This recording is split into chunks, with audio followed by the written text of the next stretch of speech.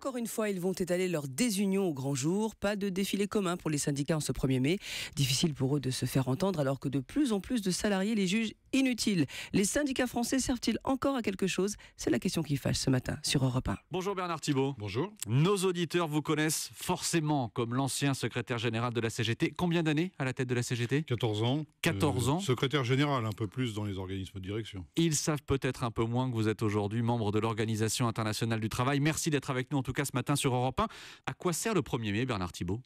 Le 1er mai est bien sûr très ancien. Il est né en France. Et depuis, naturellement, le 1er mai, en fonction des circonstances politiques et économiques, a été et reste un mouvement de revendication coordonné à l'échelle du monde. Certains pays ont entre-temps fait du 1er mai un jour férié, mais il y a des manifestations dans la plupart des pays. Est-ce qu'au fil des années, il n'est pas devenu, en France en tout cas, une triste vitrine du peu de poids que représentent les syndicats? Non, je ne crois pas. Il est important de continuer, de marquer ce 1er mai, de marquer les revendications, de porter les revendications, avec les responsabilités qui sont les miennes à Genève, à travailler sur les conventions internationales du travail.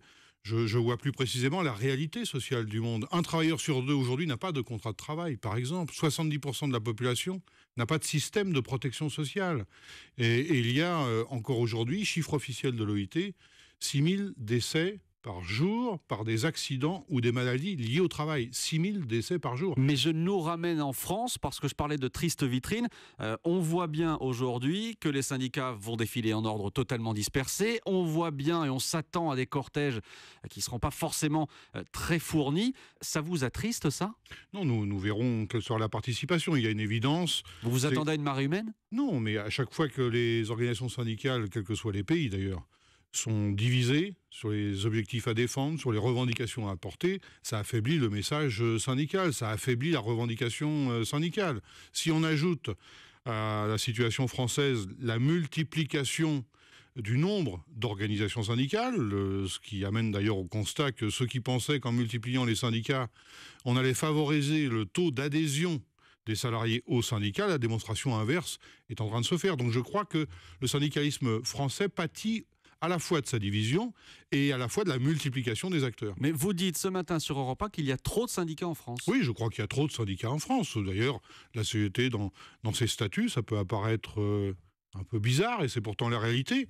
C'est le cas dans nombre de pays, se prononce pour que les salariés soient réunis dans le même syndicat. Si on admet que la vocation est de défendre les intérêts des salariés, le syndicalisme est un espace de démocratie, il devrait y avoir la place dans un syndicat aux diverses opinions sur la manière de défendre les intérêts des salariés. Mais comment est-ce que vous pouvez faire aujourd'hui pour regrouper les syndicats français en un seul, alors même qu'ils sont incapables de défiler de manière unitaire? Oui, non, mais ça, peut-être que ça peut faire partie des utopies, mais le mouvement syndical a vécu et a aussi été porté par des utopies sur la réduction du temps de travail, sur l'instauration du salaire minimum. Regardez en Allemagne, il y a quelques années encore, le principe même du salaire minimum était inconcevable. Aujourd'hui, c'est non seulement une revendication en partie satisfaite des syndicats depuis le 1er allemands, janvier, ouais. Mais ça a été l'objet d'une controverse politique importante. Donc oui, visons l'unification syndicale dans notre pays. Pourquoi pas? En attendant l'unification, les syndicats ont une image terrible auprès des Français. Sondage Opinionway paru hier dans le Figaro. 54% des personnes interrogées jugent le rôle des syndicats inutile. 68% jugent qu'ils ne sont pas représentatifs des salariés. À qui la faute, Bernard Thibault? Il y a plusieurs raisons, même s'il faut se méfier de ce que peuvent faire apparaître des sondages d'opinion. Au quotidien, on constate aussi en France, certes, un faible taux d'adhésion, c'est incontestable. Autour de 7%? 7 à 8%. 3% dans le privé? Oui, 3% dans le privé. Et singulièrement, il est beaucoup plus facile d'adhérer à un syndicat dans des grandes entreprises que dans les petites. La première des raisons que les salariés émettent lorsqu'on les questionne sur cette situation-là, c'est la trouille, c'est la peur des représailles. Nous avons bien un code du travail, une constitution qui garantit la liberté syndicale. Et pour autant, au quotidien, surtout en période de chômage et de précarité, qui représente un moyen de pression très important sur les salariés, c'est un moyen de dissuasion à l'engagement syndical, alors que c'est un droit constitutionnel. C'est le premier motif.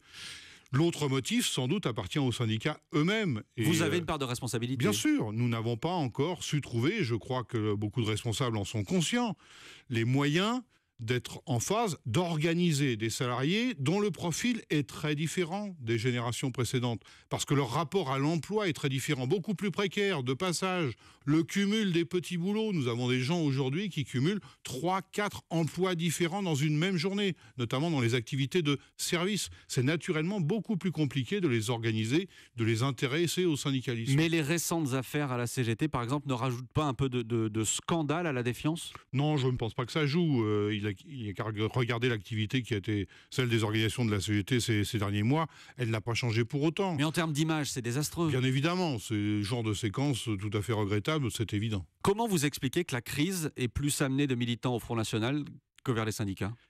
Nombre de militants, je ne sais pas. Je pense qu'on est dans une démocratie très fragile et très malade du point de vue de sa représentation politique.